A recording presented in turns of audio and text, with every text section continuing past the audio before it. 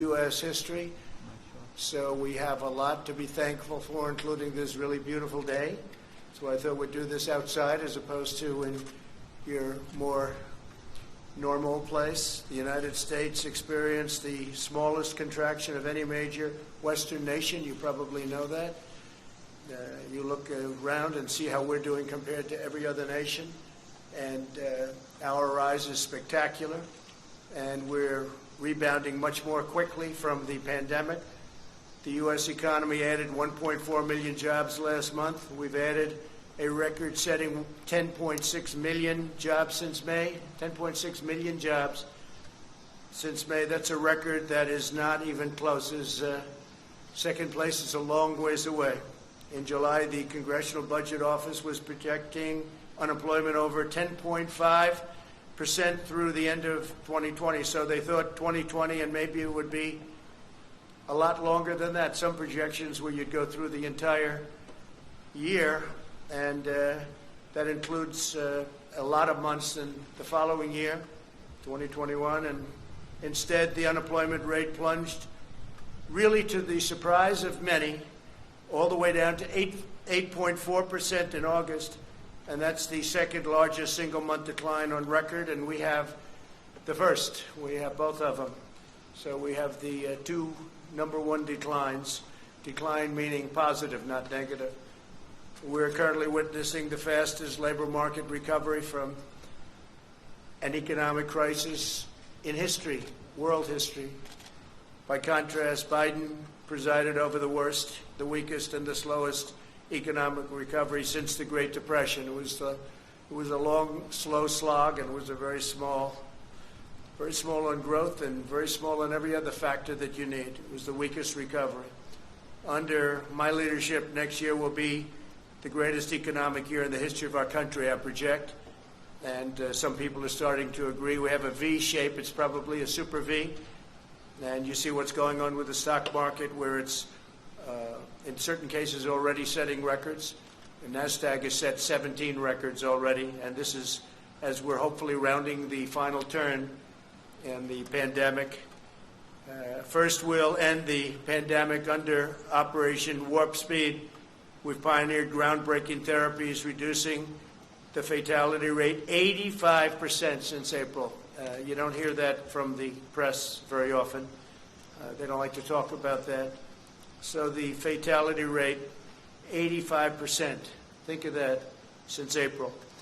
The United States has experienced among the lowest case fatality rates of any major country in the world. And we are an absolute leader in every way. Under my leadership, we'll produce a vaccine in record time. Biden and his very liberal running mate, the most liberal person in Congress, by the way, is not a competent person, in my opinion, would destroy this country and would destroy this economy, should immediately apologize for the reckless anti-vaccine rhetoric that they are talking right now, talking about endangering lives, and it undermines science. And what's happening is all of a sudden you'll have this incredible vaccine, and because of that fake rhetoric, it's a political rhetoric, that's all it is, just for politics, because now they see we've done an incredible job, and in speed like nobody's ever seen before. This could have taken 2 or 3 years, and instead it's going to be done in a very short period of time. Could even have it during the month of October. So contrary to all of the lies, the vaccine, that they're politicalized, they'll say anything. And it's so dangerous for our country, what they say. But the vaccine will be very safe and very effective, and it will be delivered very soon.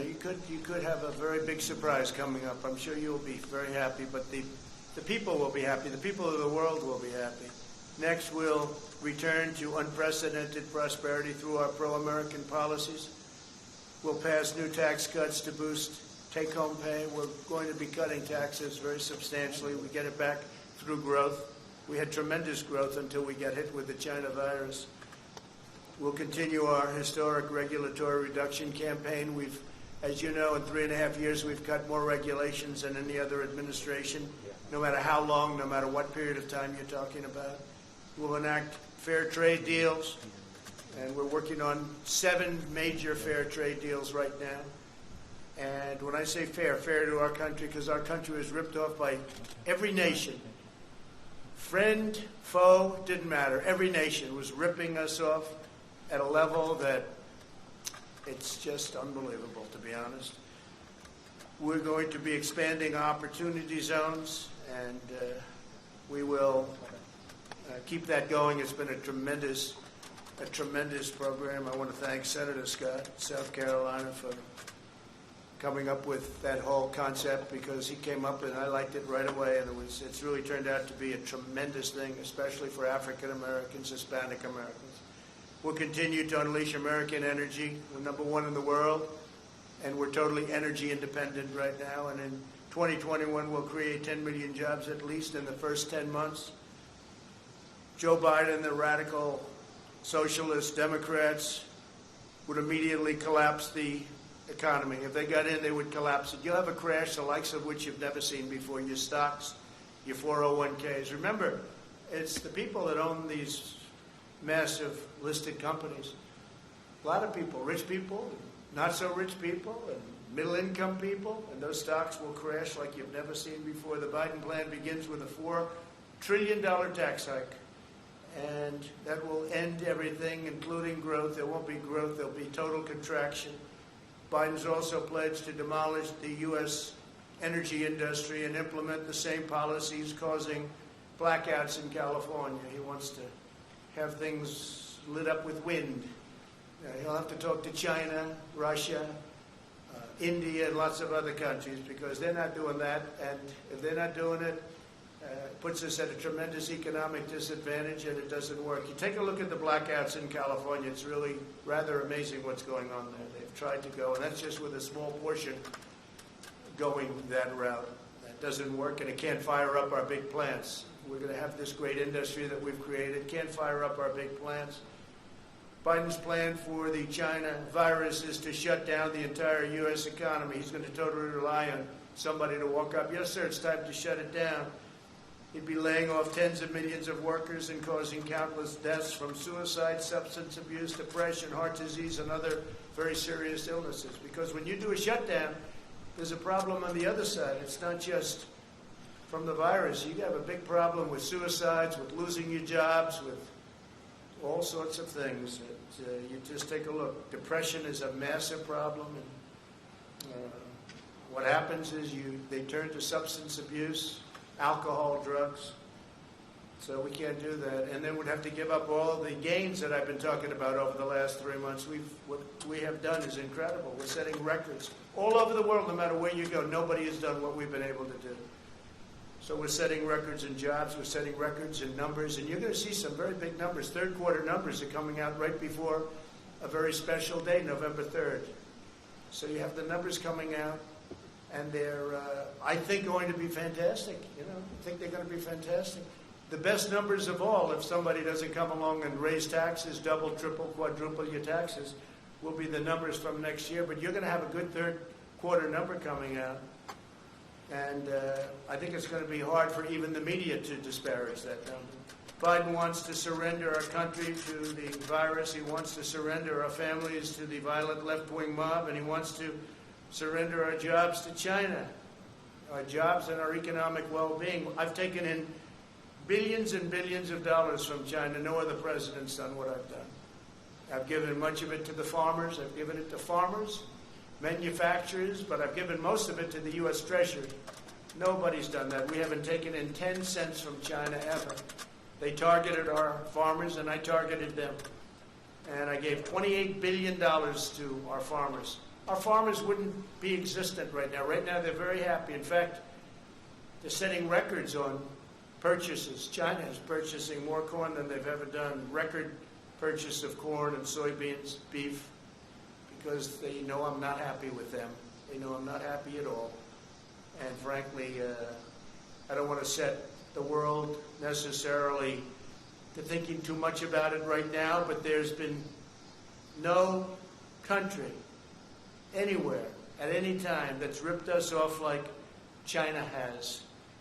We lose billions, and billions of dollars for years and years, decades. We've lost billions and billions and billions of dollars by dealing with China. We get nothing from China. They get nothing other than loss, other than giving our money, and they take that money and they build their military, and you see they're building up a powerful military. And it's very lucky that I've been building ours up, because otherwise we'd be dwarfed right now by China. It would be a terrible thing, terrible thing. We're way ahead on the nuclear front. We've upgraded our nuclear. Hope to God we never have to use it. But we would be in a position that we are not in right now. But China's spending the money we give them to build up their military. So when you mention the word decouple, it's an interesting word. So we lose billions of dollars, and if we didn't do business with them, we wouldn't lose billions of dollars. It's called decoupling, so you'll start thinking about it. You'll start thinking. They take our money and they spend it on building airplanes and building ships and building rockets and missiles. And Biden has been just a pawn for them. He's been so easy, they dream about Biden. There was a report today that they hope that Joe Biden becomes president. If Joe Biden becomes president, China will own the United States, and every other country will be smiling also. They'll be smiling. When reports come out that certain countries don't really like me too much, that's not because of my personality, although it could be that also, frankly. It's because of the fact that I've been very tough on countries that have been ripping us off for so many years. If you look at NATO, with the exception of 8 countries, we're one of them. Every country is way behind. They're delinquent, especially Germany, in paying their NATO bills. That means we end up paying it, and we're not doing it. I told them, we're not doing it. And they've increased their spending now, $130 billion, going up to $400 billion a year. It's all because of me. Then you hear the country doesn't like me. I mean, I can understand that, because President Obama and other presidents, in all fairness, would go in there and they'd make a speech and they'd leave. I went in there, I looked, and I said, this is unfair. We're paying for NATO. We're paying for NATO, almost all of it. So they rip us off in the military, and then they rip us off with the European Union on trade. And Biden doesn't have a clue. You know he doesn't have a clue. Everybody knows he doesn't have a clue. In prime time, he wasn't good. And now it's not prime time. He spent 47 years sending American jobs to China, to Mexico, and to other countries while collecting millions of dollars in campaign and super PAC contributions from global corporations that got rich by making American workers poor. His son, where's Hunter? Where's Hunter? I call him Where's Hunter. Walked away with $1.5 billion to manage, even though he never did that before. He walked away with a fortune from Ukraine, from China, and from other countries. Between his son and his brother, you ought to read the statements, and the press doesn't pick that up. If I ever did that, it would be hell, even worse than it's been. Okay, even worse than it's been. What he's done is so incredible. I won't give them the $1 billion, he says. I won't give them unless they get rid of that prosecutor. And then voila, they got rid of the prosecutor. And the press doesn't even want to talk about it. You talk about quid pro quo. With me, there was none. With him, he's right on tape, and you don't want to cover it. You should be ashamed of yourselves. The press should be ashamed of themselves. But Biden shipped away our jobs, threw open our borders, and sent our youth to fight in these crazy, endless wars. And it's one of the reasons the military, I'm not saying the military is in love with me, the soldiers are. The top people in the Pentagon probably aren't, because they want to do nothing but fight wars so that all of those wonderful companies that make the bombs and make the planes and make everything else stay happy. But we're getting out of the endless wars. You know how we're doing it. We defeated 100% of the ISIS caliphate. 100%. When I came in, it was a mess. It was all over. They have it in a certain color, all ISIS. A year later, I said, where is it? It's all gone, sir. Because of you, it's all gone. Because of my philosophy, but all gone. I said, that's good. Let's bring our soldiers back home. Some people don't like to come home. Some people like to continue to spend money. One cold-hearted globalist betrayal after another, and that's what it was. Biden supported NAFTA, he supported China's entry into the World Trade Organization. Two disasters, the most disastrous trade deals in history, both of them. I can't tell you which was worse. They were both terrible. And as you know, I ended it, and I ended NAFTA. And we're looking at the World Trade Organization. They've become much better, I will say that.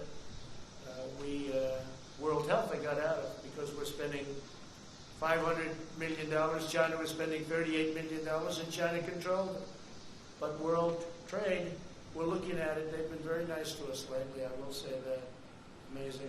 We never used to win anything at the World Trade. We'd lose every case. Now all of a sudden we're winning a lot of cases. We just won $7 billion as a case. And they're talking to us much differently than they used to. Because if they don't shape up, we're going to ship out, that's all. We're not treated fairly. China is treated as a developing nation. Developing nation. We're treated as a nation that's fully developed. We're not fully developed as far as I'm concerned. When you look around at Portland and you see what these Democrats are doing to our cities, take a look at what's happening in New York and Chicago. We have Democrat-run cities, mayors that are running, and governors that are running states so badly, and mayors running cities so badly. It's very sad to look at it. It's Democrat-run. Every one of them that I see. I guess we could probably find one or two that aren't, but I don't. So far, I haven't been able to. If you look at Biden, he supported TPP, Trans-Pacific Partnership, which would have been a disaster, would have destroyed our automobile business. By the way, many plants are being built right now, auto plants in Michigan, just like I said. They're being built in Ohio, they're being built in South Carolina, North Carolina. They're being built all over and expanded at a level that we've never seen before. Because they said to Japan and Germany and others, sorry, you got to come here and build plants, otherwise we're going to have to make it very tough on you with tariffs. And we got out of the horrible Paris Climate Accord that he'll go back into because, it sounds wonderful. It's a disaster for this country. They've basically taken away your wealth, the Paris Climate Accord. And the other countries don't have to adhere to it. China doesn't kick in until 2030. They don't have to do anything until 2030. We had very high standards. We would have had it closed under some scenarios. 25% of our businesses in order to qualify under this ridiculous Paris Climate Accord. Sounds good. It was very bad, very expensive. The New York Times has just published an entire story on Biden's China sellouts, which is amazing for the New York Times. I appreciate that. In 2001, Biden said the United States welcomes the emergence of a prosperous, integrated China on the global stage because we expect this is going to be a China that plays by the rules. They didn't play by the rules. They didn't play by the rules. The World Trade Organization, one of the reasons it's so bad is that China didn't play by the rules. We did, but their rules were easier because they're considered a developing nation. So they had a much lower standard. But even that, they didn't play by the rules. That's when they became a rocket ship. They were flatlined for years and years and years. Then they joined the World Trade Organization. And frankly, they cheated. Okay, they cheated, I'll say it. What difference is it? I feel much differently. I feel I made a great trade deal with China, great. And they're buying. You know why they're buying? Because they know I'm not happy. That's why they're buying. And I talk about it because today is Labor Day. And it's a good time to talk about when we're being ripped off by countries, but nobody's even close to China. Biden cheered China's rise as a great power because great powers adhere to international norms in the areas of non-proliferation, human rights, and trade. Well, they didn't. They took advantage of stupid people. Stupid people. And Biden's a stupid person. You know that. You're not going to write it, but you know that. The cost of Biden's economic treachery was 60,000 shuttered American factories, and I hear this morning the real number is probably 70,000. 70,000 shuttered American factories, and he's talking about how wonderful it is with China. No, China's been very bad, on top of which we had the China plague sent to us, and other viruses, nothing near this serious, but the swine. We had other viruses sent in over the years that came from China. I wonder why. If Biden wins, China wins because China will own this country.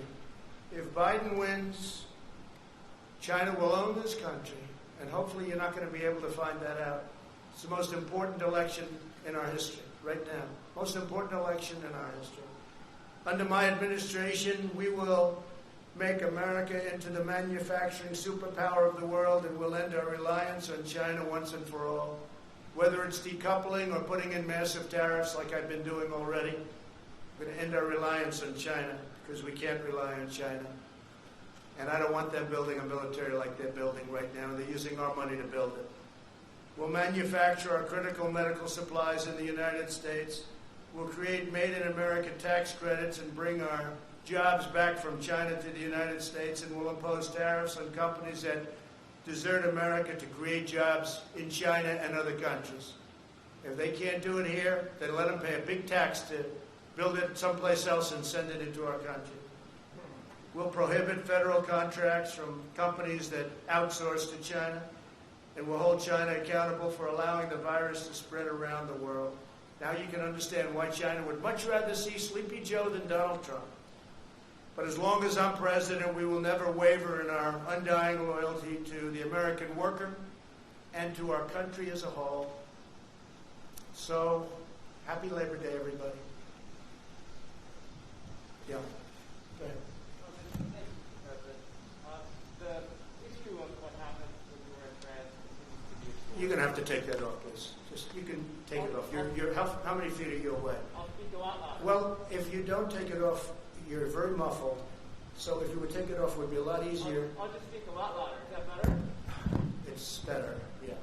It's better. Mr. President, some people are having a hard time believing your denial of the Atlantic story because of what you said about John McCain in the past. Do you understand that? And have you asked John No, I don't understand. And have you asked John Kelly to refute that story? No, I don't understand it at all, no, because I've always been on the opposite side of John McCain. John McCain liked wars. I will be a better warrior than anybody, but when we fight a war, we're going to win them. And frankly, I was never a fan of John McCain. You know that. It's been very obvious. But I had to approve his entire funeral. I wanted him to get. He deserved a first class. You know, it all was approved by me. We sent Air Force One to pick up the casket, a lot of things. But no, I was not a fan of John McCain because he wanted the endless wars. And I didn't. I thought that the way the vets were taken care of, our great vets, was not good, not appropriate. And of course, he took the fake dirty dossier and gave it over to the FBI. So this is not somebody I'm not supposed to say, what a wonderful guy. So, you know what? I lived with him. He lived with me, but we had different philosophies. I think my philosophy is right. I think it's turned out to be right. But I wasn't a fan. But I respect people, and I respect a lot of people. That doesn't mean I necessarily have to agree with him, and I didn't agree with him on a lot of things. The story is a hoax written by a guy who's got a tremendously bad history. The magazine itself, which I don't read, but I hear it's just totally anti-Trump. He's a big Obama person. He's a big Clinton person. And he made up the story. It's a totally made-up story. In fact, I was very happy to see Zach Fuentes came out and said, now I think that's number 15. And these are people that were there. That's the 15th person, General Kellogg. Everybody that was there knew what happened. And so I was happy to see that Zach came out and said it's not true. It just came out.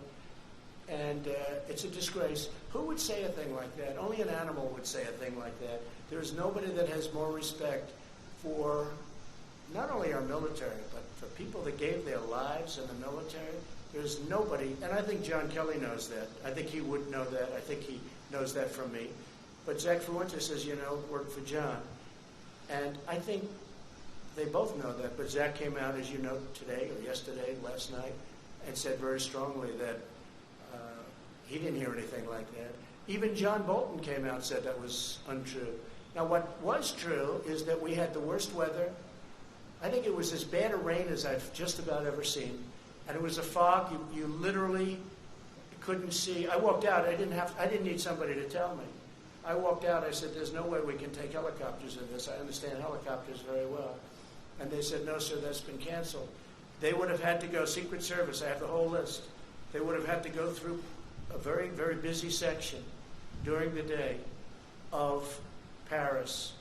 They would have had to go through the city. the Paris police were asking us, please don't do it because they're not ready. When you do that, you need a lot of time. They take days and days and days to prepare for that. I wanted to do it very badly. I was willing to sit in the car for 2 hours, 3 hours, 4 hours. I didn't care. It didn't matter. And I had nothing else to do. I went there for that. I had nothing else to do. It was ended because of the terrible weather, and nobody was prepared to go through in terms of Paris, the police, the military, and the Secret Service. And they came out very strongly and said, sir, we can't allow you to make this trip. If I wanted to, sir, we can't allow you from a safety standpoint. It was a phony story, just like the dirty dossier, the fake dirty dossier, just like the Russia collusion, just like all of the other phony stories. And there'll be more phony stories. But I do appreciate Zach coming out. But Zach now is the 15th person that's denied it. Zach now, I think, also talked about the weather aspect of it, and he's probably the 14th or 15th person that blamed it on weather. So that's enough of that. Yes, please. Thank you. We're seeing judges, most recently in Detroit, limit police ability to use non-lethal force. My first question would be, should the police be allowed to use non-lethal force to call the violence in the city? We're talking about where non-lethal force? Right, so in the riot. The riots. Yeah. Well, I think what's happened is the toughness. These are Democrat-run cities all, and there's no retribution.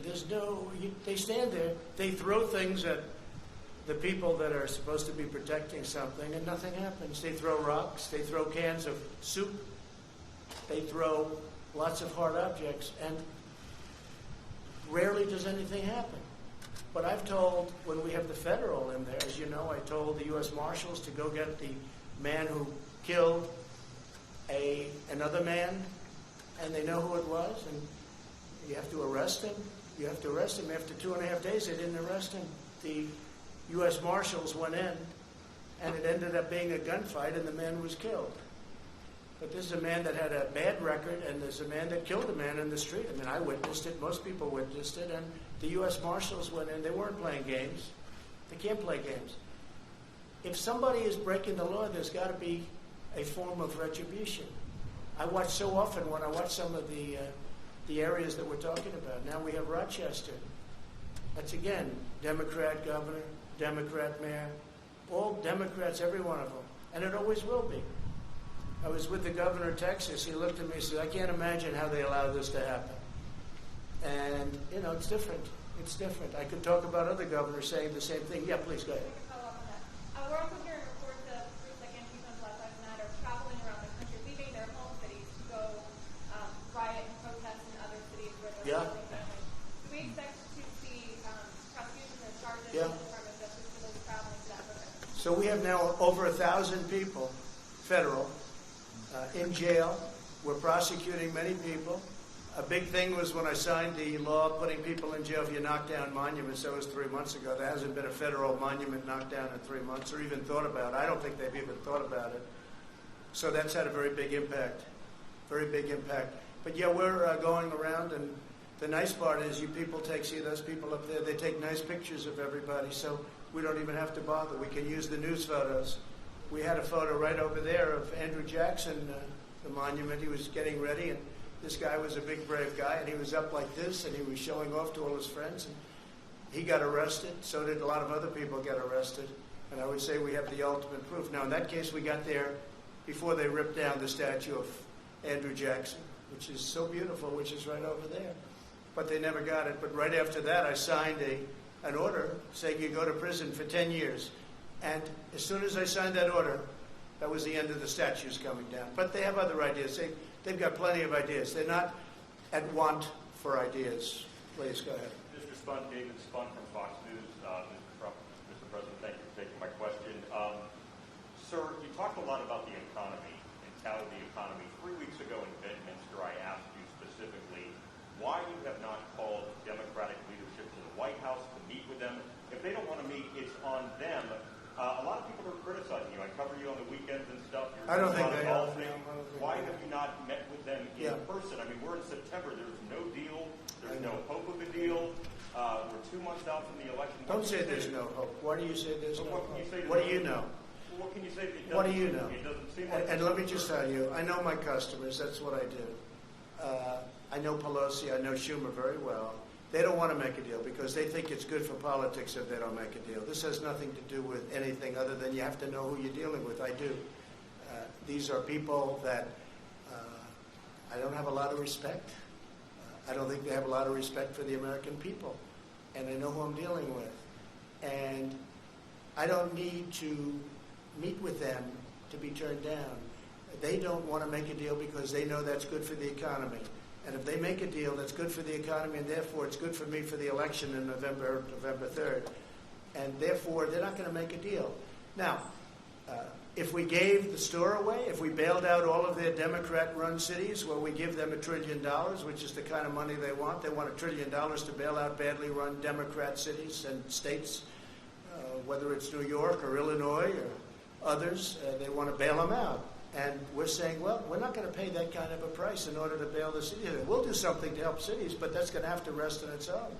And why didn't you do this at the beginning? Because they could have done it at the beginning. So I know who I'm dealing with. And I'm on the phone with Mnuchin and with Meadows and with all of these people constantly, while they're there. But I also know when it's time to meet with people. I've done very well with deals, okay? That's what I do. And I know when it's time to meet. But I don't have to meet them in order to be turned down and in order for them to walk out to the sticks, which is the microphones, and give you people a false report of what just took place in the Oval Office. So they don't want to make a deal because they think that if the country does as badly as possible, even though a lot of people are being hurt, that's good for the Democrats. But, David, that's a bad thing. Yeah, please go But ahead. as president, shouldn't you take the high road, sir? I am taking the high road. I'm taking the high road by not seeing them. That's the high road. Yeah. And if I thought it made a difference or would make a difference, I'd do it in a minute. Yeah, go ahead. David Jackson, USA Today. My question is about the Durham report, which you have talked about recently.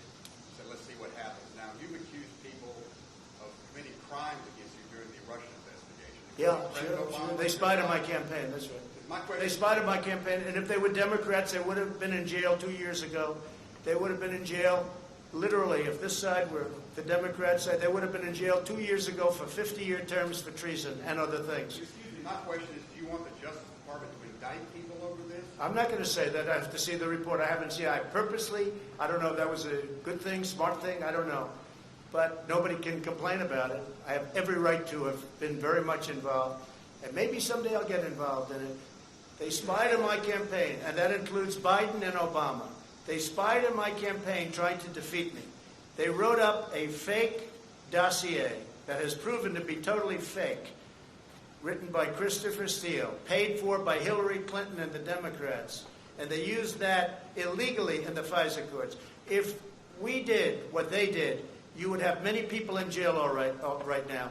And you have, other than the one agent that admitted his guilt, that he forged documents, we don't have that yet. But the report hasn't been issued yet. Let's see what happens. But let me just say something.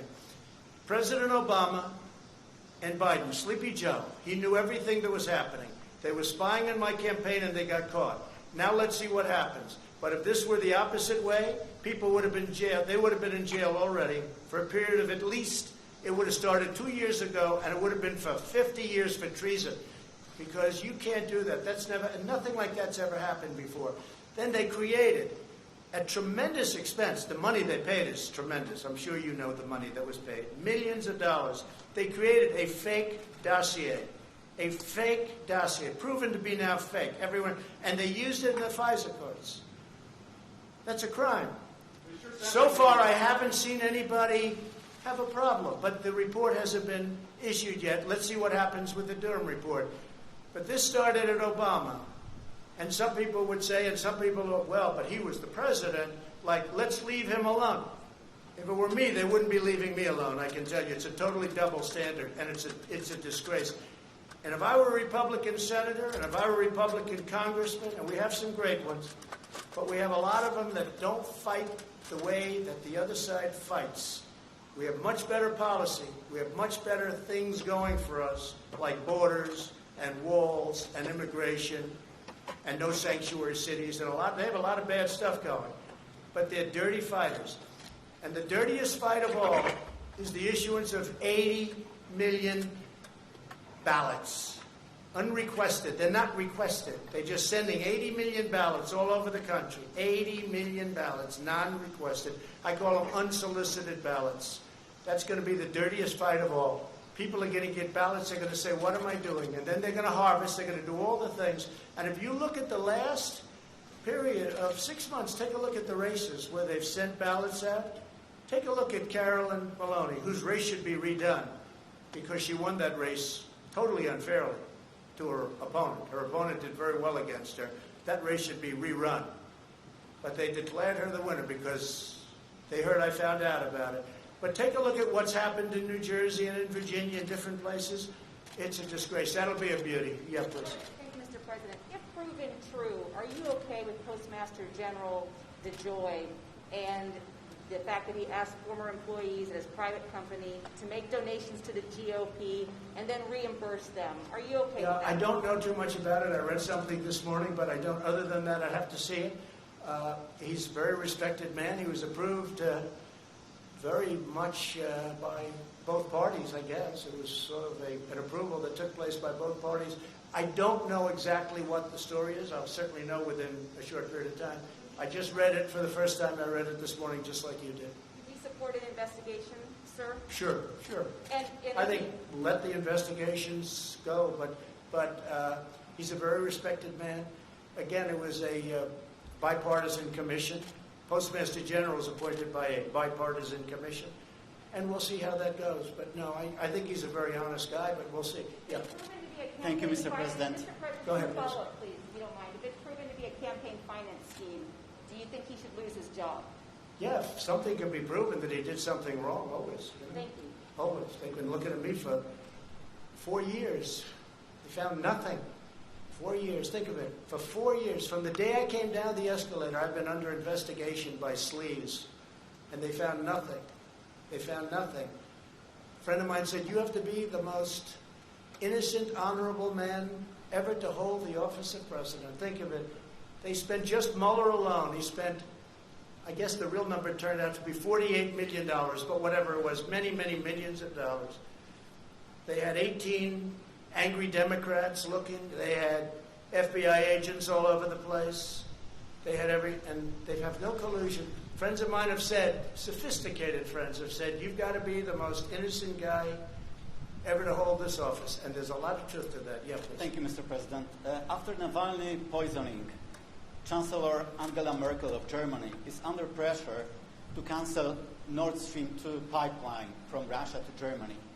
Would you support such a move? Do you think the project should be canceled? Sure. Well, I've been supportive of that. I was the first one that brought it up. You never heard of Nord Stream 2 until Trump came along. When I came along, I said, wait a minute. We're protecting Germany from Russia, right? NATO. We're protecting Germany from Russia. Germany's paying Russia billions and billions of dollars to get their energy, and the real number is probably 60 to 70% ultimately of their energy is going to come from Russia. And I said this for years, that nobody talks about it. One of the many things between sanctions and all of what we've done for Ukraine relative to what the past, they used to send pillars and we sent tank busters. But I brought that up a long time ago. Russia's unhappy that I brought it up.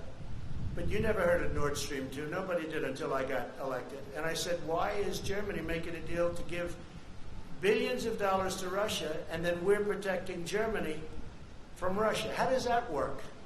And then on top of it, Germany is delinquent because they're only paying a little more than 1%, and they're supposed to be paying 2%, and even the 2% is low.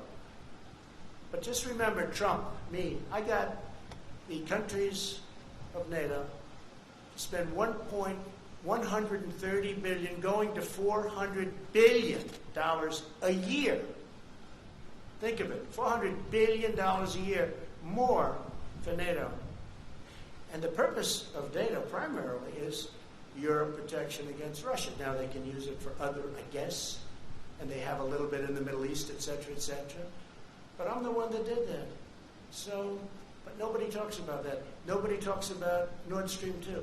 The answer is absolutely, if they feel that something happens, But I don't know that Germany's in a position right now, because Germany's in a very weakened position energy-wise. They're closing all their plants, they're closing their nuclear, they're closing their coal, they're closing a lot of plants. And they have put themselves in a very bad position, frankly. Very, very bad position. Yeah, please.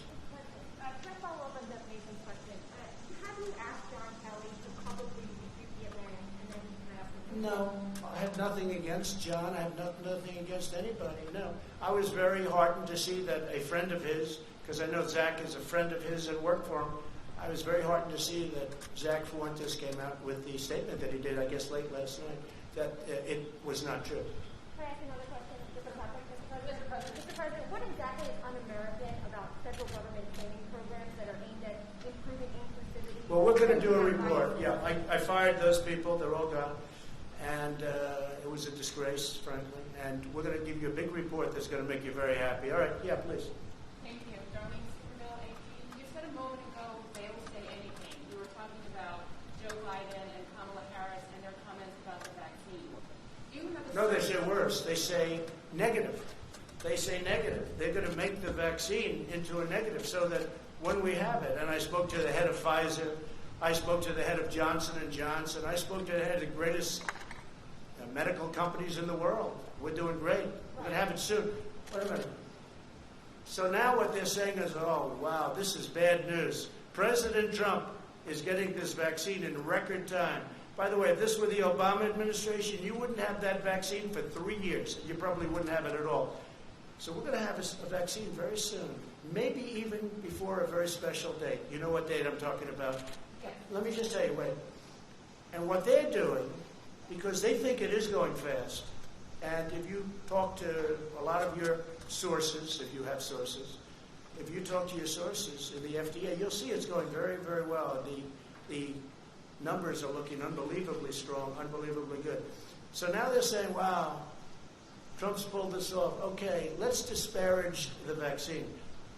That's so bad for this country. That's so bad for the world to even say that. And that's what they're saying it. But I watched Kamala's poll numbers drop from 15 to almost 0, and then drop out even before she ran in Iowa because people didn't like her.